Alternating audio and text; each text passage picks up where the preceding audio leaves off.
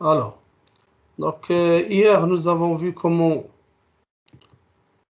installer Android.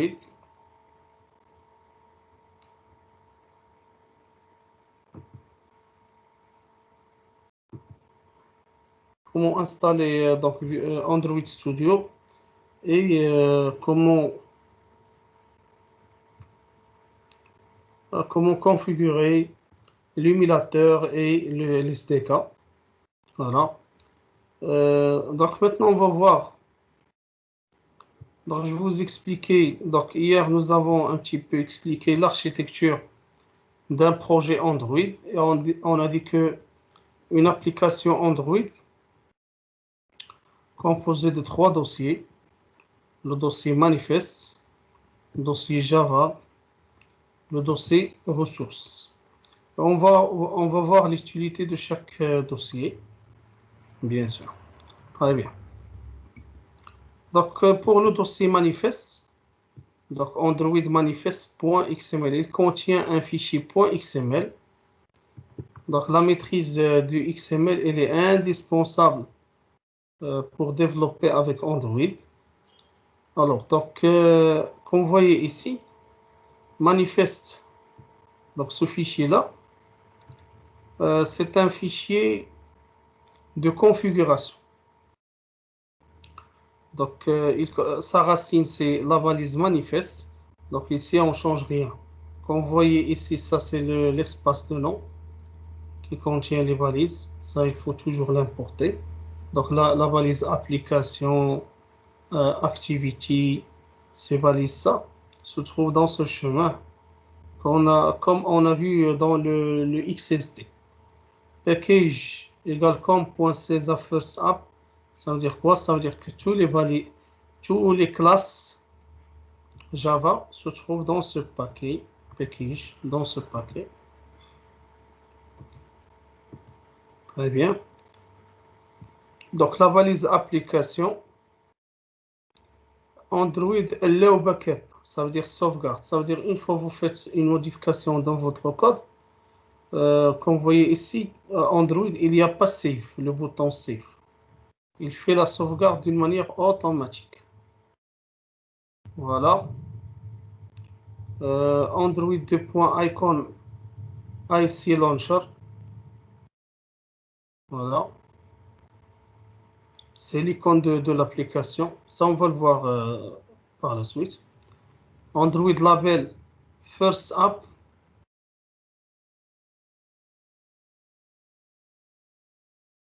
Ça, c'est le nom de votre application. App name. Donc ici, comme vous voyez, Android 2.label égale. Donc ça, c'est un attribut.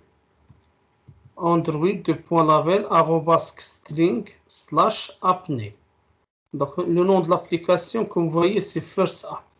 Alors, app name, c'est une variable qui se trouve dans ce dossier ressources, ici ressources. Si je mets values, le dossier values, donc vous allez trouver le fichier string.xml. Toutes les variables globales que vous allez utiliser dans votre projet, les constantes globales, vous allez les définir ici. Donc vous pouvez l'utiliser comme vous voulez. Donc vous allez trouver que appname. Donc je peux modifier et mettre ma première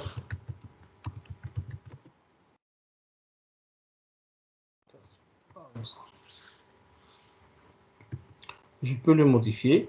Donc ça veut dire quoi? Donc dans ce fichier, on a toujours la valise ressources. Ça c'est fixe, il ne faut pas la changer. Je peux ajouter d'autres variables. String, CTRL-C. Je peux mettre string other, ça veut dire l'auteur de l'application. Par exemple, en tout cas, dans les exemples qu'on va voir, on va voir d'autres exemples. String name égale other. L'auteur, par exemple, c'est Omar, par exemple. Auteur. L'auteur, ainsi de suite. Donc, dans ce fichier XML, string.xml, je peux définir des variables globales comme ça. Comme ça, je peux accéder à cette variable à partir de n'importe quel fichier en utilisant juste @string. @string, ça veut dire ce fichier. @string, voilà, /app name, le nom de la variable. Ou bien je peux mettre /other, comme je viens de le définir. Si je veux par exemple mettre l'auteur. AppName, je vais laisser la variable AppName, voilà. Voilà. Donc en tout cas avec les exercices, donc généralement, le fichier string.xml, c'est un fichier dans lequel je définis les ressources. Et les ressources, ce sont des chaînes de caractères, comme les labels des boutons, comme les captions, comme les titres, ainsi de suite. On peut les définir ici, dans ce fichier string.xml. Voilà. Très bien. Ça d'une part. Donc, généralement, le fichier, donc je reviens à notre fichier manifest.xml, ça, Android manifest. Donc, je vous ai dit, c'est un fichier de configuration. Et ici, vous avez activity à l'intérieur de l'application, activity, android.name.main activity. Ça veut dire quoi? Ça veut dire qu'au démarrage de notre application, ce projet, au démarrage, on va lancer cette classe main activity. Donc la première classe, c'est main activity, c'est comme le programme main en Java ou bien en C#. C'est la première classe qui sera. Donc bien sûr ici, activité, ce n'est pas une classe simple comme on va voir. Donc main activity, c'est la première activité qui sera lancée. Vous pouvez la modifier bien sûr si vous avez plusieurs activités. Donc je peux par exemple, si j'ajoute new activity, donc ce n'est pas une classe normale, donc je mets new activity, empty activity, je mets second activity, comme ça.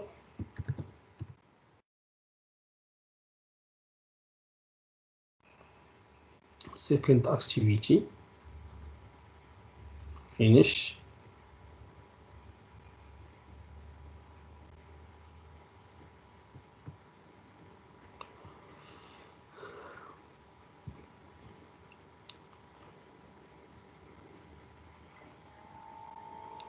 Donc, Gradle, il est en train de synchroniser, puisque je viens d'ajouter une nouvelle activité.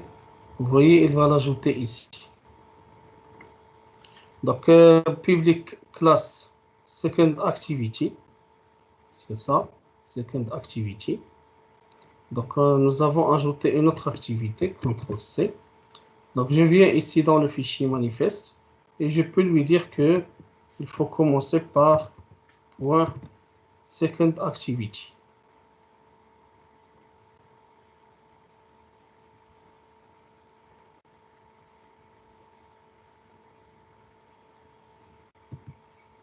Voilà, comme ça. Point, comme quoi, dans ce cas, l'application va démarrer par ici. Donc, généralement, nous, on ne modifie pas ça. Donc, je mets comme quoi, toujours l'activité de démarrage, c'est main activity. Comme ça, on va la laisser. Voilà. Très bien. Donc, comme vous voyez ici, lorsqu'on a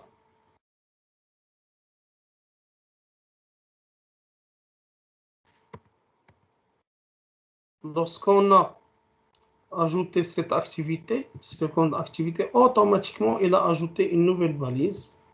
Ça veut dire que ça veut dire quoi? Que dans l'application, il y a deux activités. Il y a la première activité, c'est l'activité principale. C'est ça. Il y a une deuxième activité, c'est second activity. Voilà. Donc, si je veux que cette activité soit la première qui... Donc, j'ai deux activités, celle-là. Donc, l'activité principale, c'est cette activité, main.activity. Très bien. Donc, si je veux que second activité soit l'activité principale, la première lancée, il suffit de mettre comme ça, CTRL-X, CTRL-V. Donc, indent filter, ça veut dire action Android name, action main, ça veut dire que cette activité, c'est l'activité principale, la première activité qui sera lancée, launcher qui sera lancé.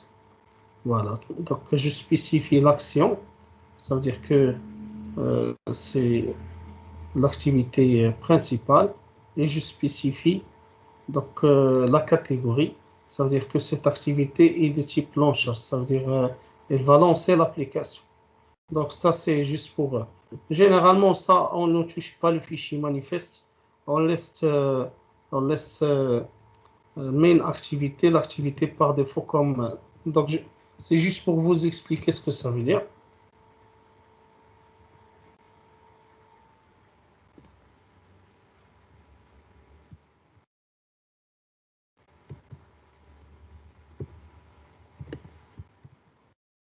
Et ça, je vais le mettre ici. Je vais voilà. Donc, qu'est-ce que ça veut dire? Ça veut dire que dans notre application, donc ici, vous avez des attributs. Les attributs sur Android, donc regardez, donc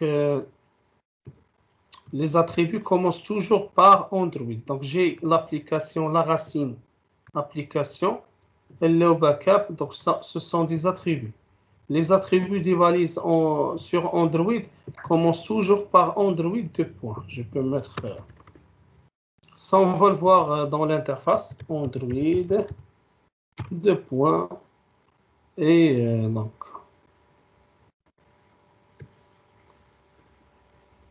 ce que vous voulez, Android 2 points name. Nous l'avons déjà. Monsieur, Oui, excusez-moi, j'arrive pas vraiment à comprendre en fait. Je suis un peu perdue. c'est pas grave. Je vais répéter. D'accord. D'accord.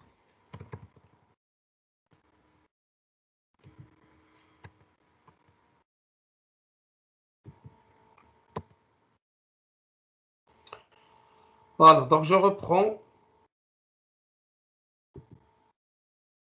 Donc normalement,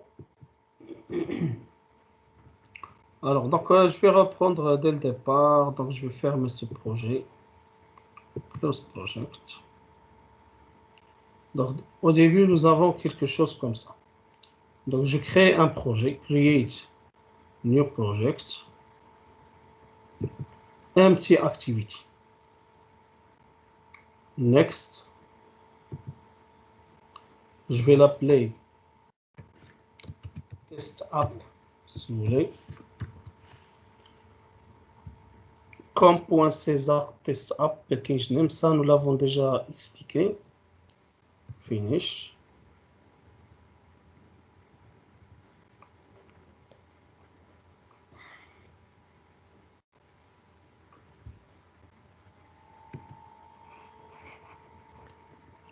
Donc on va attendre le chargement, loading.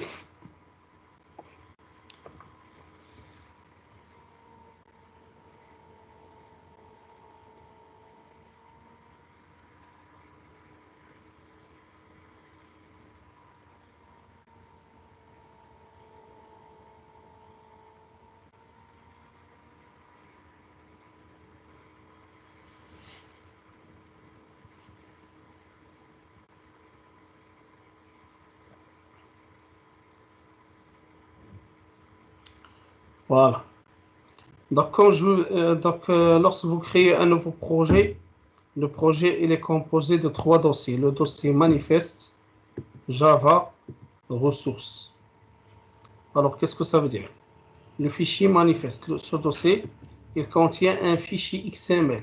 Donc, ce fichier XML, c'est un fichier pour la configuration de toute l'application. Si je fais double-clic, donc il va ouvrir le fichier. Donc le fichier XML, ça, c'est un fichier de configuration de toute l'application. C'est bon? Oui, monsieur. Très bien. Qu'est-ce que ça veut dire un fichier de configuration? Donc, c'est un fichier de configuration ce format XML, comme vous voyez. Donc, XML, version 1.0, ainsi de suite. Donc, la racine, c'est la balise manifeste. C'est une balise.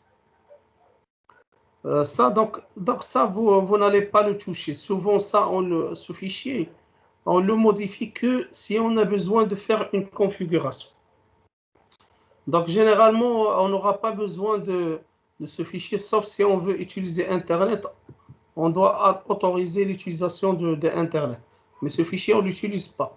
C'est un fichier de configuration. Donc, un fichier de configuration.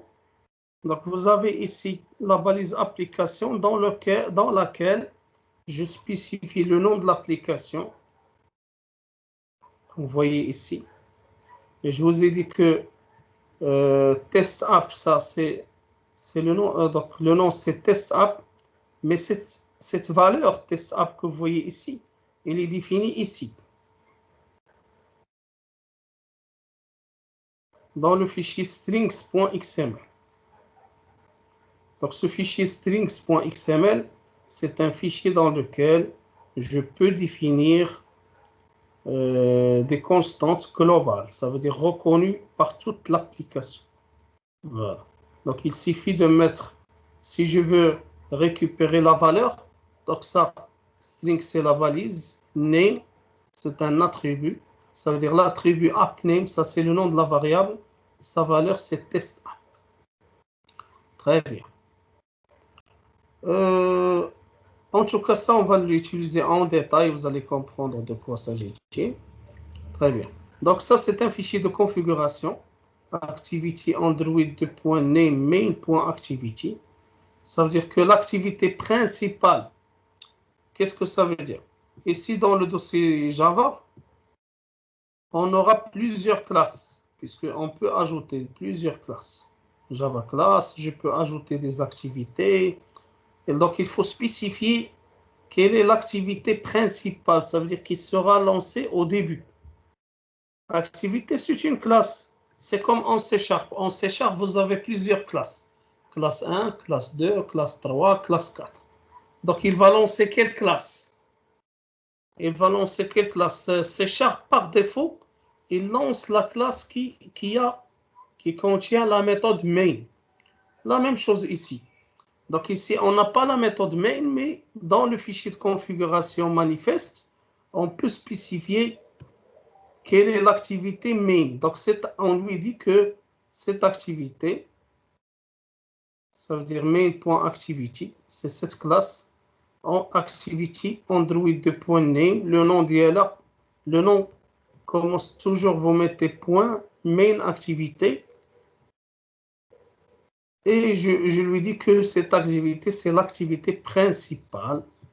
Action, Android 2.name. Ça, vous devez l'en prendre. Hein, donc, ce n'est pas la peine de comprendre ce que... C'est tout simplement des normalisations. Donc, la balise action, Android 2.name, ça veut dire que cette classe, ça veut dire cette activité est l'activité principale. Et c'est la première qui sera lancée. Voilà, catégorie de cette application, launcher. De cette activité, bien sûr. Activité, c'est launcher. Donc, on ne va pas entrer dans les détails parce que ce n'est pas important. Donc, il faut l'utiliser comme ça, tout simplement. Très bien. Donc, si j'ajoute une nouvelle, qu'est-ce que ça veut dire activité? C'est une classe comme les classes sur lesquelles vous travaillez en C#, qui contiennent du code, tout simplement. Sauf que, bien sûr, lorsque vous avez travaillé avec C#, chaque formulaire, il y a deux parties. Il y a la partie design, ou bien avec PHP. Lorsqu'on a travaillé avec PHP, il y a deux parties. Il y a la partie HTML qui permet de faire le design, ou il y a la partie, ce qu'on appelle généralement front-end. Ça veut dire la partie HTML qui permet de créer l'interface graphique. Ou il y a la partie back-end, nous l'avons fait avec PHP. La même chose. Ici, la partie back-end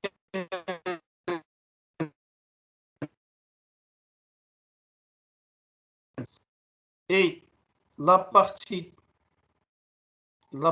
front-end, ça veut dire le code, l'équivalent du code HTML. Ici,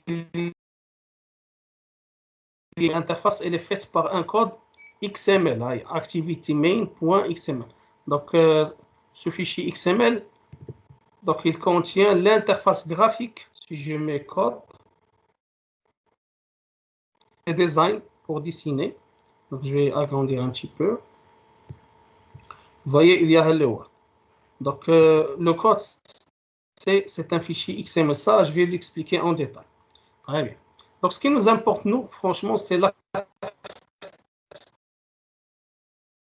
l'activité, c'est l'équivalent d'un formulaire en C#. Donc, le formulaire, ou bien c'est l'équivalent d'un fichier .php en PHP. Le fichier contient l'interface développée avec HTML et le code PHP pour l'accès aux bases de données et pour faire des traitements. La même chose. Ici, pour faire des traitements, on les fait ici avec un code Java.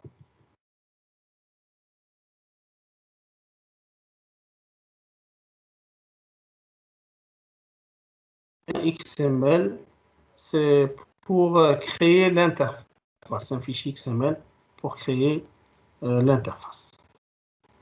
Très bien. Donc, je vais arrêter ici.